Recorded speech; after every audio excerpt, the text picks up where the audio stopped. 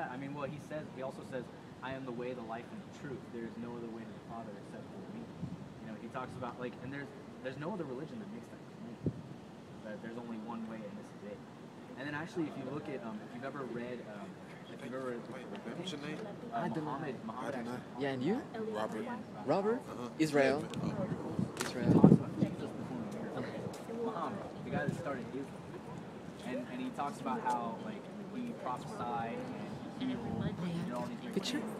But Muhammad didn't do that. Muhammad started Islam. It's like, why would God, Allah, whoever the God is, why would he, like, tell you all these things and then not give you the ability to heal people? Like, all you can do is prophesy? Like, that's it? You can't do what Jesus did? Because Jesus, when he leaves, he tells his apostles, you will do all these things and greater. I mean, Jesus raised people from the dead. How do I get to do greater than that? Right?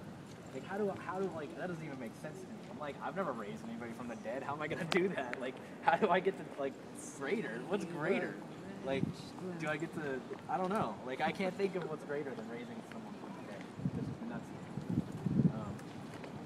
But yeah, just, I mean, whatever you want to ask, whatever's on your heart. I love the talk. I prefer, like, a less, I don't know.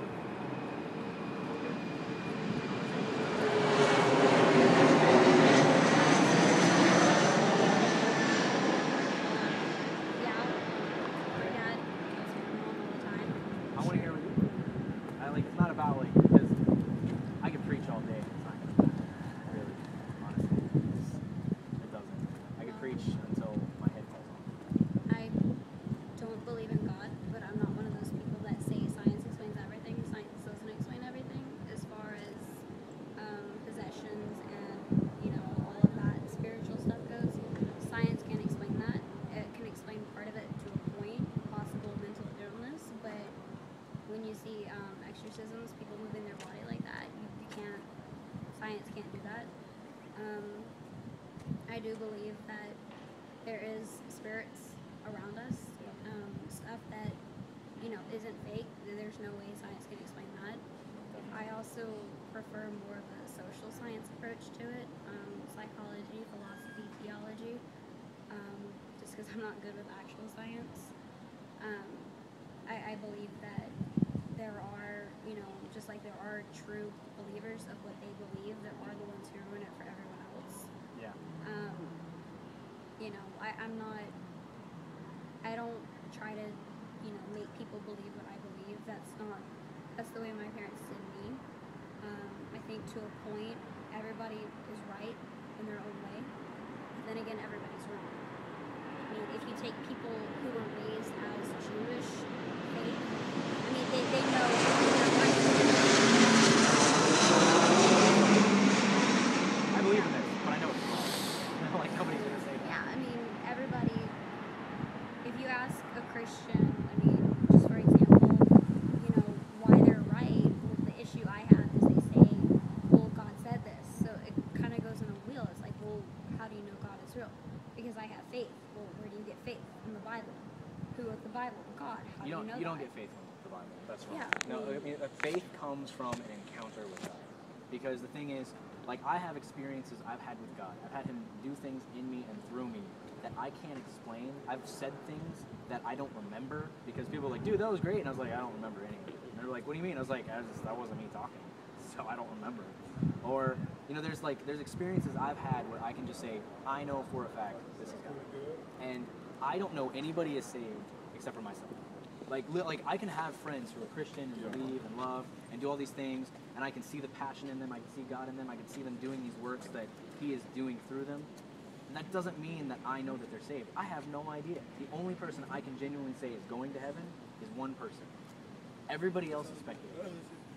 And the only thing is, when I have people argue to me about this or that, why God's not real, or, you know, why he couldn't be real, I go, well, you can't argue away my experience. Like, the experiences I've had with Jesus, which some have been really scary and some have been really awesome. Like, you just can't say, oh, well, that's not real. I'm like, okay, well, you have the experience I had. Not everyone has it. Apostles and prophets exactly the same way. We're not all the same. So all you really have to do, if you want to, I mean, if you have an inkling, if you're curious in the slightest bit to know if he's really real, because everybody wants a king like Jesus. Everybody does. I mean, one day he has this woman come, like, thrown in front of him, half naked, if not completely naked, who was just caught in adultery, caught cheating. And they go, hey, the law says we gotta stone this woman. We gotta kill her because she was an adulteress. And everybody there is a hypocrite. Everybody there has done something wrong where maybe in the law they should have been killed.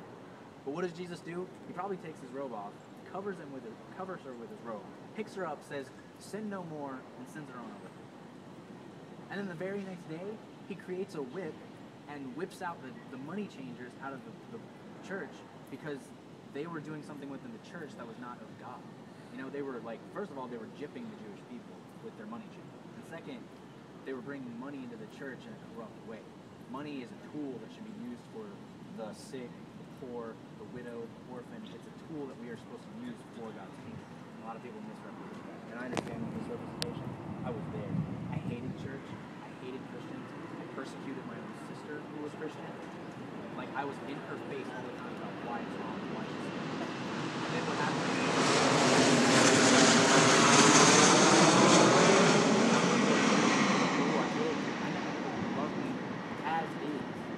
stoner who had sex with his girlfriend. I met people like that. We're like, dude, you're amazing, we love you. And I'm just like,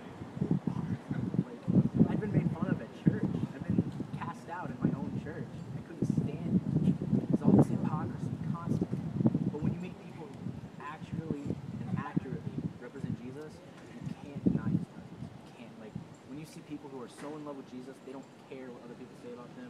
And they're standing out there, hands raised, eyes closed, singing as loud as they can to God, and people are looking at them funny and laughing, and they just go, you have no idea what you're going to suffer, so dude, and they're not saying that in a resentful, way, oh, you're going to suffer. They're saying that dude, you're going to suffer.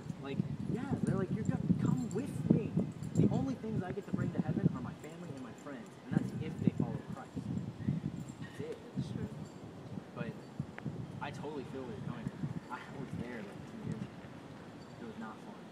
Not at all. And it's this pain that you try to fill. It's this void that you can't ever... It's never going to get filled with something else. You can smoke all the weed you want, you can do all the drugs you want, you can have all the sex you want, but those are physical things.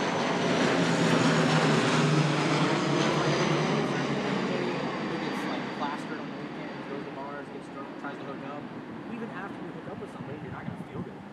You're going to feel like crap because of the alcohol. You're going to feel like crap because sex is not a bodily thing. It's a soul thing. That's why God says, one person for you.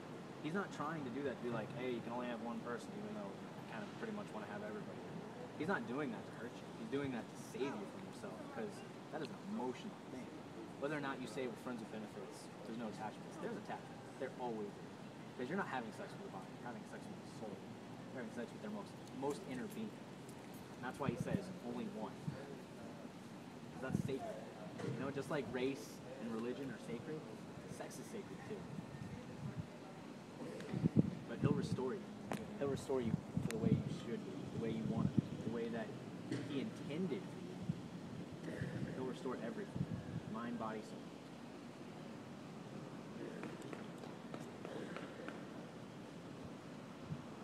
Sorry, what's your name? My name's Ashley. Ashley? But I mean, just, if you want to